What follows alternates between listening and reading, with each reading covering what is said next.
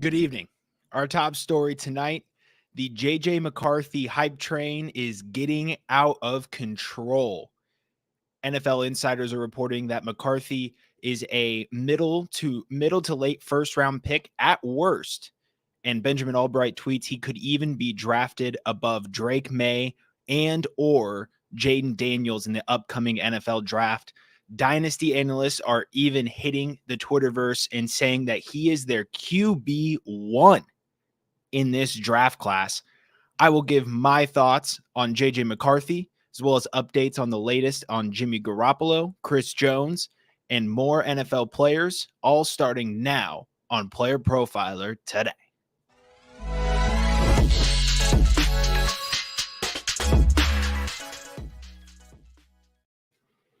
J.J. McCarthy, he's the thumbnail, he's the video title, he's the Twitter title. It's what all you hear are joining me to talk about, I'm sure. So I want to start this off by please sound off in the comments on your thoughts on J.J. McCarthy as I go through this, and we will discuss. B-Ball 3710 is already in the chat saying his counting numbers look terrible, but the efficiency numbers look much better. I'll start this on a positive note because I usually start negative. There are a lot of positive traits to J.J. McCarthy, and there are a lot of reasons to like him. And I like him, but I don't like when players jump the shark, and that's what J.J. McCarthy is doing right now. The efficiency numbers are good. The third down passing is good. The big-time throws that PFF quantifies, those are impressive. But it simply boils down to quarterbacks like McCarthy who run these drab run-first offenses have the benefit of defensive control and field position advantage and rack up these efficiency stats. They don't get the counting numbers. They don't get the reps. And they get steamed up. Whether or not they get drafted in the first round, I don't know. Josh Rosen got drafted in the first round. Will Levis did not get drafted in the first round. But there's always the talk. We're 1 year removed from Will Levis being steamed up draft boards. He was supposedly a top 10 pick, potentially being drafted before Anthony Richardson. And this was 10, 15 days before the NFL draft. We're sitting here in February. People are saying he is a first round talent. So let's break it down. Statistically, J.J. McCarthy is a losing bet. So we can all agree that fantasy points have a reflection on production on an NFL field. 11 of the 68 quarterbacks in the past 10 years to post a top 24 season failed to hit a 3,000-yard passing season in college. So 16% of quarterbacks failed to hit 3,000 yards. Nearly 80%, over 80% of quarterbacks with a top 24 season had a 3K passing yard season or better. That right off the bat shows you the type of quarterback you're working with. Of those 11, we have 4 outliers in Aaron Rodgers, Tom Brady, Cam Newton, Andy Dalton. You can argue Alex Smith even can join that outlier tier. Then we get to Daniel Jones, Deshaun Kaiser, Jacoby Brissett, Josh McCown, Josh Dobbs, Tyrod Taylor. These are the types of names we're lumping him in with now because of this statistic. And there are many other game logs that you can pick and choose. You can pretty much pick from every single one. The efficiency was there, but he completed 17 passes in a playoff game, a game that Alabama arguably threw away. Completed 17 passes. The championship game we can call a wash. They dominated that entire game, but Iowa, 22 completions, 147 passing yards in the Big Ten championship game. Ohio State, a competitive game all the way through, 16 completions, 148 passing yards. Maryland, 12 completions, 141 passing yards. 8 attempts in a barn burner of a game against Penn State. Very important game for Penn State and Michigan both. 8 attempts. But he made the plays, but he did what he was asked to do. I get it. I like McCarthy. He's my QB4 in this class. He deserves to be a upper to mid second round pick, no later, with what the efficiency numbers show the age adjusted performance, and the ability, he won a national championship in a system where he was asked to do it and he did it. That's a good trait that can translate, just being able to do what you're asked to do. But this is not a world beater. This is not a quarterback archetype that is even generally drafted in the first round. Will Levis wasn't a first round pick. We've learned Kenny Pickett shouldn't have been a first round pick, but he was. And so I'm not here to tell you whether or not JJ McCarthy is going to be picked in the first round. It seems like he might be. But what I will say is that we've been here before, and we haven't seen that draft capital come to fruition. And we've seen these guys sputter in the next league. A lot of people are mocking him to the Vikings in the early mid first round. Is that a situation we want a 21-year-old quarterback to step into? It's a good offense. It's not a very good defense. It's not a very good offensive line. It's a guy we've seen be flustered under pressure, be very erratic. This is not the type of archetype we want to send him into, despite having Justin Jefferson and Jordan Addison. That's fun, but the JJ McCarthy-led Vikings would not be very good, and he could potentially learn some bad habits. And you've wasted a first-round pick, and you're still bad. So I'm not buying the hype. I'm gonna stand on this throughout the draft season. And we will get into more of the NFL's top headlines right after this. All right, I want to take a moment today to talk to you about data analysis. The data analysis tool, we listen to the users. What do you want? What do you need? And we made it happen. We added popular reports like a fantasy scoring report, air yards report. And if you want to create a new report, but you don't necessarily want to look through every field, we have quick results. Hey, show me the most popular passing data. Show me the most popular rushing data, fantasy data. Done. And the thing just is much faster than it's ever been. And the report builder got a lot easier. I mean, check this out. We break it down into offense, defense. Show me just fantasy data elements. And then when you get results, hey, show me by draft year. Let's take a look at just certain players that played a certain number of snaps or a certain number of games last year. This is the tool that so many of you have been asking for, plus a bunch of dream features that Billy wanted and Cody wanted and I wanted and Dario wanted. So go to the fantasy tools section, click on data analysis, or go to playerprofiler.com/data-analysis. And we're back with Player Profiler today.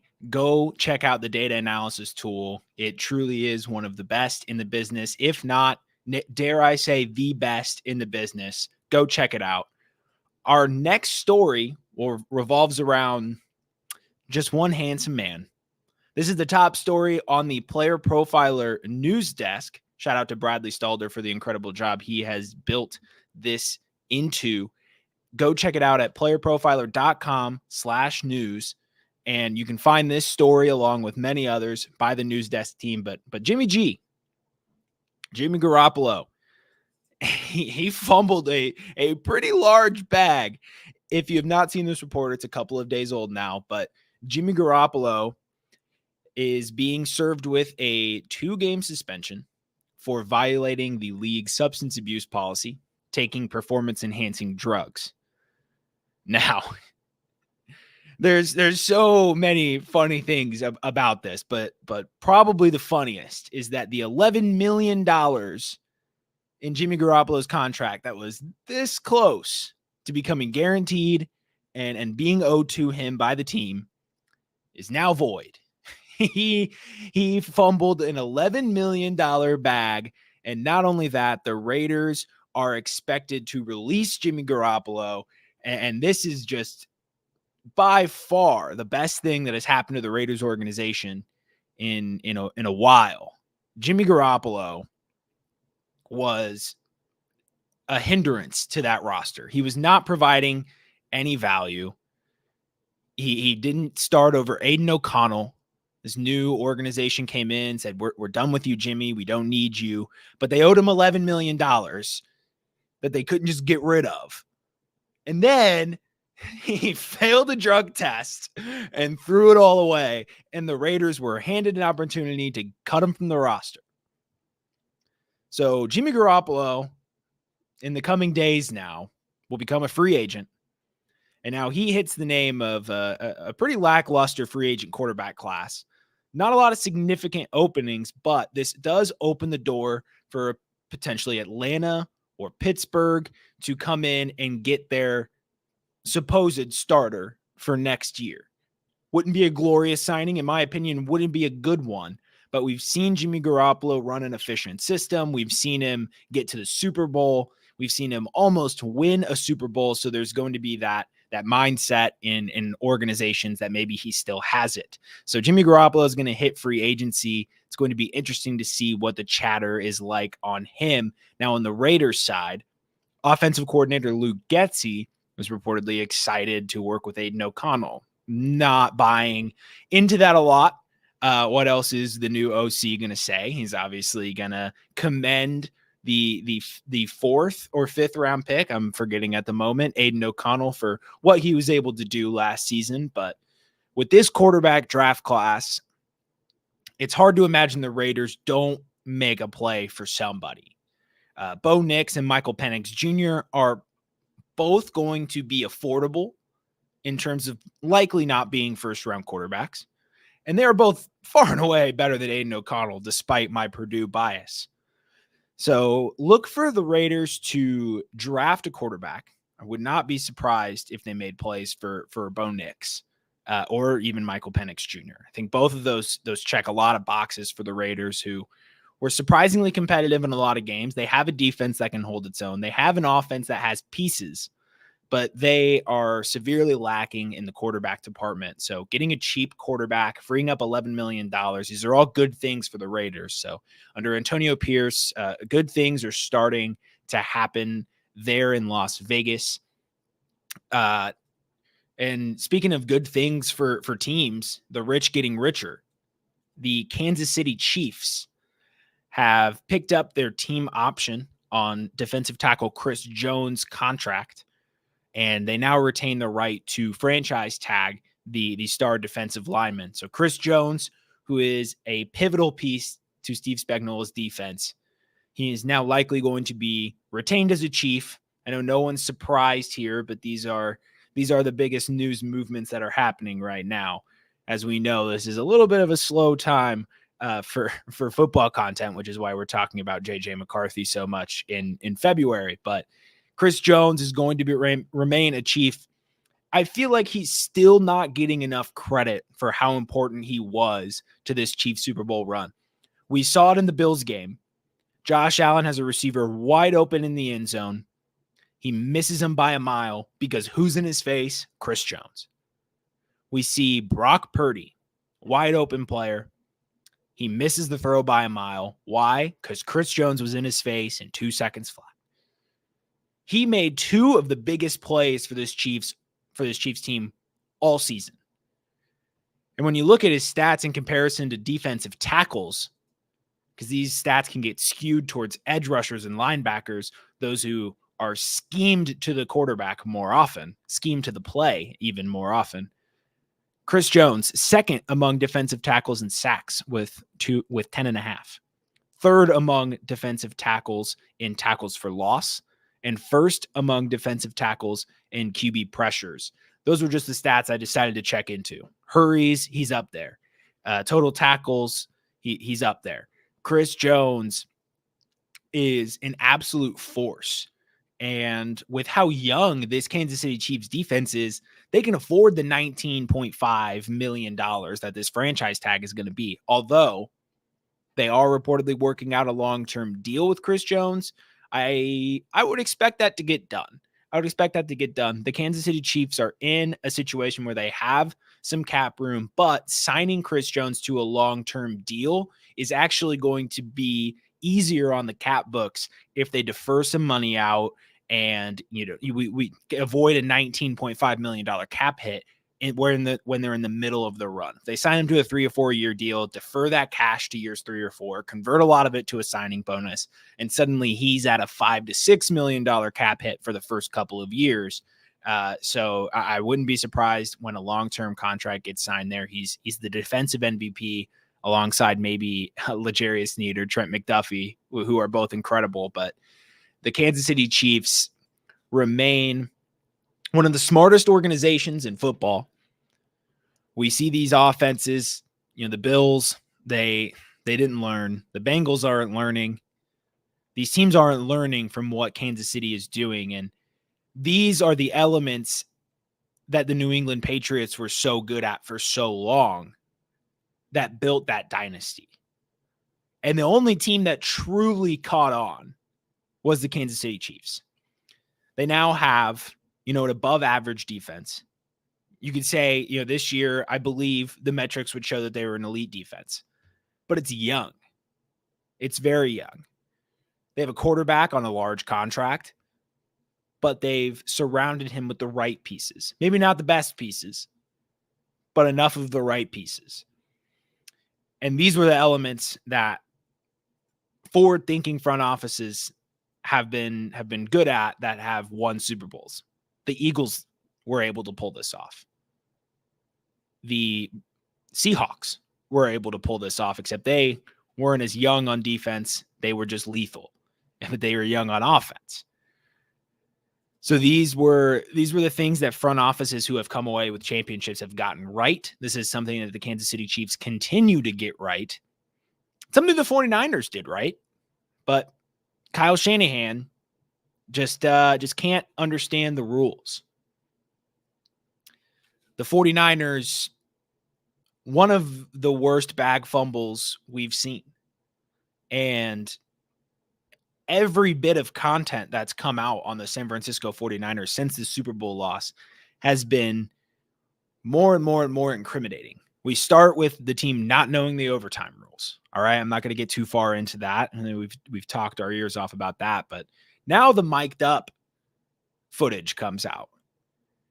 It's awesome to hear how excited the Chiefs were when they got the ball, right? Because Travis Kelce says it aloud. We know exactly what we need to get now. So, they clearly knew. And then they show some other pieces of the game where George Kittle is running around. He stops mid-play and looks at George Karlaftis and says, "Hi, George." And George dives down and recovers a fumble. He gives up a fumble because he was joking around. There's a couple other clips of George Kittle, goofing off mid-play. He doesn't look checked in. Not going to start a whole narrative, about their attitude and everything, but there's just been a lot of bad looks for the San Francisco 49ers, and it's the same theme that we come back to every year with this team. They're dominant, but they can't win in the playoffs. Why? It appears to be things like this that stem from Kyle Shanahan. I'm not a big Kyle Shanahan fan. I don't think he is a Super Bowl winning coach. We see the game script issues. We see the issues with timeouts and challenges and not knowing what to do in these strategic coaching decisions. So I do believe that the Chiefs are showing the NFL, just like the Patriots did, just like the Seahawks did, who you could argue were, a few plays away from a dynasty of their own. And these other NFL teams simply are not taking note, not paying attention. And it's why Kansas City is going to be a Super Bowl contender for as long as Patrick Mahomes is around. So if you're tired of the Chiefs, I'm tired of the Chiefs. Get used to it, because until these organizations actually start picking up on what's building dynasties, nothing's going to change. The Cincinnati Bengals are going to franchise tag T. Higgins and completely throw their Super Bowl window out the window. They're going to spend $20 million to keep a tier 2 to tier 3 at best receiver in T. Higgins and keep him around, despite having holes in the offensive line on the defense. These teams don't get it. And that's why we have to see the same shit over and over again with the Kansas City Chiefs. They can't keep getting away with this, but they can, and they will, because the rest of the NFL is simply refusing to catch up. We will, first of all, shout out to everyone in the chat. Anthony, fake alpha T. Higgins, too expensive. Couldn't have said it better. T. Higgins is way too expensive for $20 million a year. Now, if a team like Carolina, who has a good amount of cap to spend, not a lot to spend it on, they're going to be bad. They need somebody to develop Bryce Young with. I could see a T. Higgins signing. Every now and then, you're going to have to pay someone too much money, and it's not going to matter because you're going to stink. But if a contending team is really seriously thinking about paying T. Higgins $20 million when you have an alpha option already, look at the draft. Look at who's in the draft. Rome Odunze. Odunze. I don't know why I said Odunze. I actually still don't know which one it is. It's one of the two.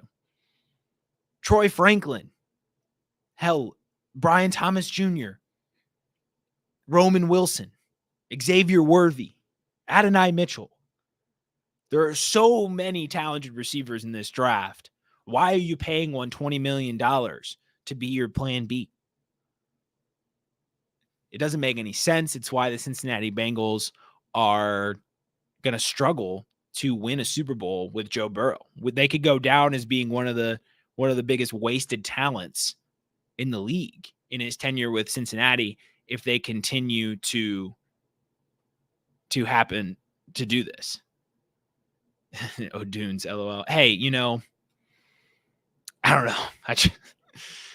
I heard it both ways to start the off season, and I just haven't settled in on which one. I feel like there's multiple people who are pronouncing it the wrong way. I'm probably one of them, but if I say it both ways, I'm probably 50% chance of being right.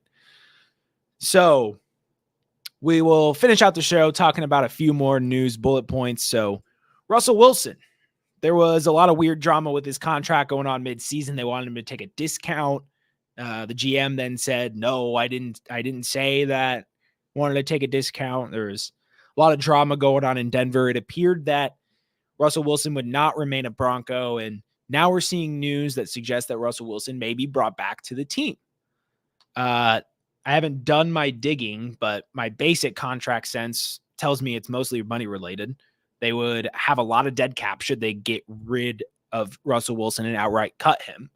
So it appears to me the plan is to get Russell Wilson aboard with the vision, try and work with him, figure out how to convert his contract to free up some cap, and then maybe go one more year with him and maybe put themselves in a position where they can cut him should they decide they don't want him around anymore. So it's going to be an interesting situation to see develop because Russell Wilson is not a dumb guy.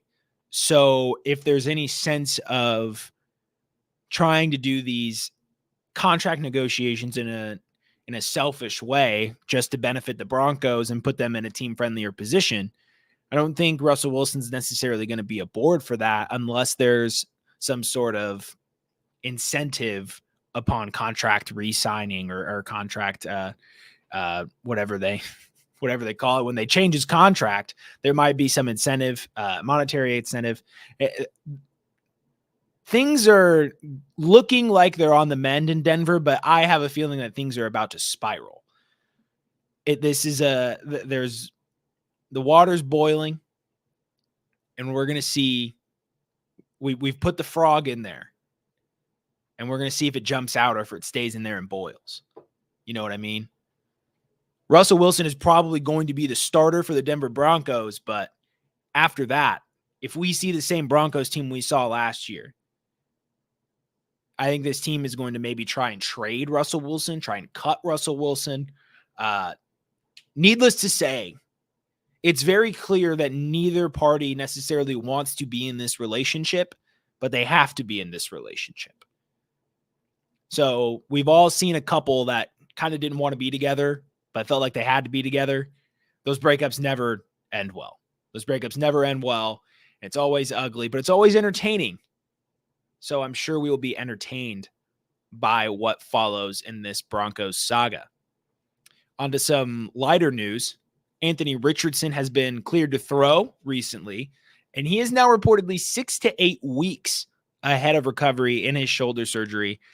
First of all, it's incredible news. Anthony Richardson was looking like he could be a cheat code in fantasy football. And by a cheat code, I mean someone who truly just broke the game. We're talking, early Lamar Jackson, talking about now Lamar Jackson even. We're talking about, Mahomes, Cam Newton, Josh Allen level efficiency through the air and rushing ability. Shouldn't say efficiency through the air, but his production through the air was pretty good. And the rushing upside was incredible. He was on pace to easily finish within the top 10 QBs, but we only saw him for 4 games. So there's a value purgatory with Anthony Richardson. And right now there's a lot of sharps saying to sell in Dynasty. I think right now is the time to buy in Dynasty, because we are going to see a fully healthy Anthony Richardson, potentially by minicamp. He could be good enough to be fully involved with all the team drills. There's not a lot of contact going on in minicamp. So he could potentially get that full off season that is so important from your rookie to your sophomore season. So this is huge news for Anthony Richardson. Those reps, minicamp and everything might seem like something that isn't a big deal. But when you're that young and asked to do this much, every single rep you get with your teammates, every bit of chemistry that's developed, every deeper understanding of the playbook and of defensive tendencies that you can grasp is incredibly valuable to the development of that player. So Anthony Richardson's going to get a full offseason. He's going to be fully healthy by week 1. He is going to be a top 8 quarterback in fantasy. He's going to be a top 8 quarterback in fantasy. You can put that down. I know it's specific, but he's going to be a top 8 quarterback. I'm going to put my stamp on that now. I'm going to plant my flag on Anthony Richardson. Applied literature in the chat. Man does have the X factor. It's really crazy what the combination of modern medicine and these young bodies can accomplish. Like when you're that young, we saw Breece Hall come back very early from his ACL tear, return to full health fairly quickly into the season and completely dominate. Anthony Richardson 6 to 8 weeks ahead of his therapy or ahead of his recovery. Excuse me. When you're that young and modern medicine has developed so much that even a brutal ACL tear or a throwing shoulder injury are things that you can recover from fairly quickly. And that's really impressive what modern medicine's been able to pull off there. And finally, we'll end the show talking about Austin Eckler. Jim Harbaugh expressed his interest in retaining Austin Eckler when talking about the running back. He had a lot of good things to say. And I'll throw this back to the Luke Getsy comment earlier on in the show. What else is he going to say? Jim Harbaugh, he's not the kind of guy that's going to stand up there and say, I think we're going to look a different direction. He's going to give the veteran running back, former undrafted player who's become one of the best running backs in the league, most versatile backs in the league. He's going to give him his flowers because he deserves them. But whether or not he's actually going to return to the Chargers is a perplexing question. On the one hand, we talk contract value. He's 29 years old. He just had his worst season as a rusher ever. Granted, he's clearly playing through some pain through that ankle injury. But Jim Harbaugh is a sharp. Jim Harbaugh knows it's silly to invest that type of contract into a 29-year-old Austin Eckler. Mark Gonzalez in the chat nails it on the head. Apparently, Jim wants Saquon. That's if you're going to spend on a running back, you might as well spend on Saquon Barkley. It's going to be a few $1 million less to spend on Austin Eckler, but the talent upgrade to Saquon Barkley is unreal. I mean, we're talking about a souped-up peak Austin Eckler. We have not seen Saquon in an offense the caliber of the Chargers in maybe ever. Arguably the best offense he will ever play in if he steps foot on that team. Now, can they make that work with Saquon Barkley, $44 million under the cap? That's going to be tricky. Now, I haven't dove into how they can maneuver their contracts, but this is generally going to be hard to pull off an expensive running back contract in the middle of being $44 million below the cap. It's going to be tough to pull off. But as we know about the cap, you have to be under it by the league start, so it's possible for it to happen. So there's probably a way. There's probably a way if he really wants him, but I expect the Chargers to go cheap, potentially draft a running back, and try to invest in pieces around this team, because this team is far away from competing. This team is far away from competing, but Jim Harbaugh is not somebody who's going to have an extended tank. He's going to try and DeMeco Ryans his way into succeeding right away. Hell, he's already shown how he could succeed in the NFL. This isn't his first rodeo. He's a Super Bowl head coach. So we'll end the show with this. If Saquon Barkley signs to the Los Angeles Chargers, does that push this current team over the edge and make them a Super Bowl contender? Hey, I want to take a moment to thank you for tuning in. It's important to me that all of our media be free. This is only possible because of you allowing a true independent sports media enterprise to thrive unlike any other in the business. So please subscribe to the All In Package to continue to make all of this possible, to ensure that all of our stats, information, data, content is available to you, especially you, the people that get the site and get the show.